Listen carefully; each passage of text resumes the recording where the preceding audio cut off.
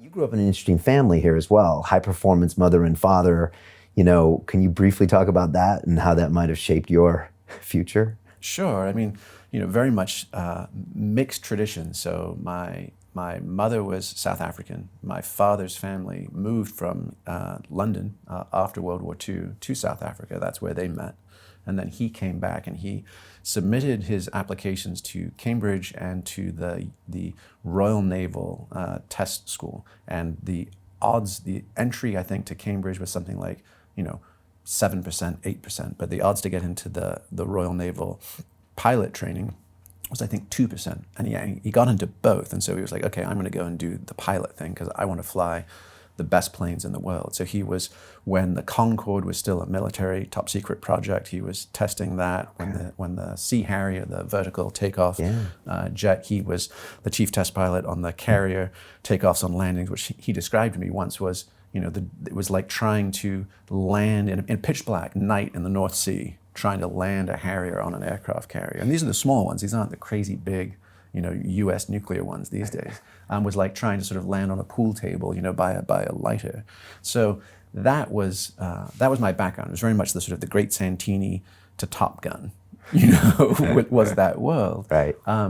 And I was kind of getting shunted along to go to Annapolis and go to the U.S. Naval Academy. And at the last minute, kind of just didn't and thought, okay, if I'm not going to be a test pilot or a SEAL, because those are really the only two gigs that would have sort of passed muster. Otherwise, with him. I would have felt like I was just punting if I hadn't at least done that. And he was looking toward America always? Yeah, well, we emigrated there because my mother's love of South Africa and the landscape of Cape Town and that kind of stuff, they fell in love with the continent of North America and just the outdoors and the sense of adventure. So we grew up water skiing and snow skiing and these varying things, and they stayed. And so they fell in love with the U.S. And so, absent going the military track, my commitment was, okay, if I'm not going to do that, how do I ring that bell anyway? And so that was where my interest in surf rescue and wilderness medicine and mountain guiding and those kind of things came in. I was like, well, if no one's going to shoot at you or something like that, at least can you put yourself in mortal consequences with precision and with teamwork and with that same caliber of leadership? And can I learn there? Plus, it always just made more sense. I mean, I think maybe being a stranger in a strange land and never actually feeling a part of any culture.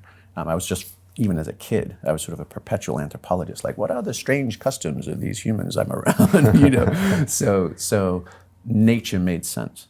Right. And I think that's always been a refuge for me. Interesting. Yeah. And in your TED Talk, when you were in Venice, you said that you always felt like that outsider until you had kind of that one windsurfing incident where you probably had your first flow state experience. And I'm sure it was preposterous for your friends to hear that story, or even tell yourself that story at first, that getting on a board with a sail on it could change your life. But it did, right? Yeah, I mean, I would say, people often ask sort of like, oh, okay, so what makes you tick? What's your sort of quote unquote lineage? Or where did you come from, or how did you get to here? And the simplest description for me is, music, mountains, mushrooms, and marriage was really it. And the unlocking moves were the mountains, mushrooms, and music, right? The marriage happened to be finding a life partner in college and then continuing this journey together in relationship, and then also with children, with family, which became the grounding element. I think otherwise I would have, shot up to the mountain and never come home. Right. So that was always the filter. But the first two was really beautiful, natural immersion where I could go and take all the angst and all the frustration of being an angry young man, railing against the world that didn't seem like it made sense or lived up to my hopes or ideals, thrashing the ever-living hell out of myself, getting to a place of physical exhaustion, getting my yah-yahs out, experiencing beautiful sensations of gravity, whether that was zipping along, windsurfing or skiing or mountain biking, something. And then often having the moment of kind of release, like that windsurfing experience of, riding along on the golden pathway of the setting sun, and just being like, oh, hell yeah, this is pretty good. There's no clutter, there's no super ego. So there's no social voice or chatter. This is just me as a human being alive on this planet, and dynamically engaged. Wow. And so that became a lifeline. And then the combination of that and, gathering wild mushrooms in the back cow field behind our college and trying those for the first time. And I remember sticking my hand into the koi pond on the college campus, and it was like Terminator 2, like where he goes through the quicksilver. And I felt like I was sticking it into a completely different world. And I was like, oh my God, thank heavens this exists. Thank heavens that like the world is as enchanted as I always hoped. Because the delta between the Hogwarts early experience, roaming through the forest and feeling like, there was literally the land of fairy and Tolkien and everything, and then growing up and getting into the social world and it feeling like it was completely desacralized, that there was nothing worth caring about, being given back that gift and saying, magic is afoot, and if you just pay attention, if you just know where the doors are, that saved my life, honestly. It gave me something to care about and something to step up to and live into. Okay. And that initial part of that journey was stealing fire, writing that book, and then I think you said for the next 18 years, like traveling the world and talking and teaching and working with companies and all sorts of groups around that. I mean, now in retrospect, looking back, how would you describe the major points of that experience? Well, I mean, I think we were, always just seeking the purest, cleanest experiences of being we could.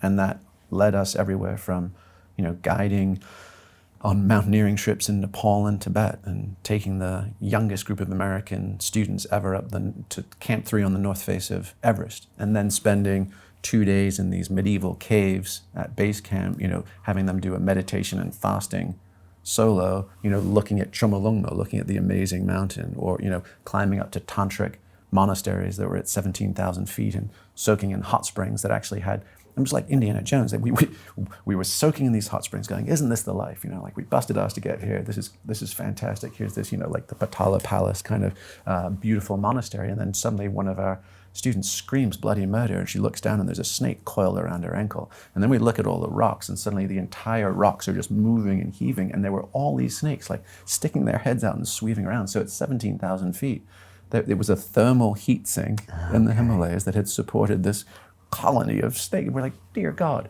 So experiences like that, where you're out there on the sharp end of life, you don't know what's going to come or what's going to happen. And it affirms your aliveness, and it gives you a sense of why we're here. That was the thread. The thread was always, how do we, seek it ourselves and then share it as instructors or educators or trainers, whatever the role would be, so that, in service of helping us all grow up. And my sense was, I actually we were with some CEOs. We were doing an alpine, like a skiing leadership training. And I had them do the exercise of, what's your purpose? Which is a little bit cornball, but nonetheless, we were doing it. And I was, as they were sitting writing, I realized I was like, son of a bitch, I've never done that. Like I've assigned this exercise. I've never actually asked myself, what's mine? And in an instant, it came down to, my purpose is to seek truth and share it. And I realized that it was that dialectic. Like if I just sought truth and didn't connect to others, I would be the sort of mad hermit in a cave. Yeah. And if I just shared it, then I would end up being a sort of depleted cardboard cutout of my former self, which I felt like in my management consulting years. I was like, ooh, this is getting perilously close to me just pimping out my old adventuresome life for office stiffs. Right. Yeah. Giving the spiel. Yeah. And so I felt like, it's that dynamic between the two. It's going to the mountaintop, coming back down, saying, hey, here's some cheat codes. Here's some root beta, like here's where we got to, here's where it was hard, here's where you can rest, here's how to get to the view, and coming back down. And it's that dialogue that really, I think, has kind of driven my life.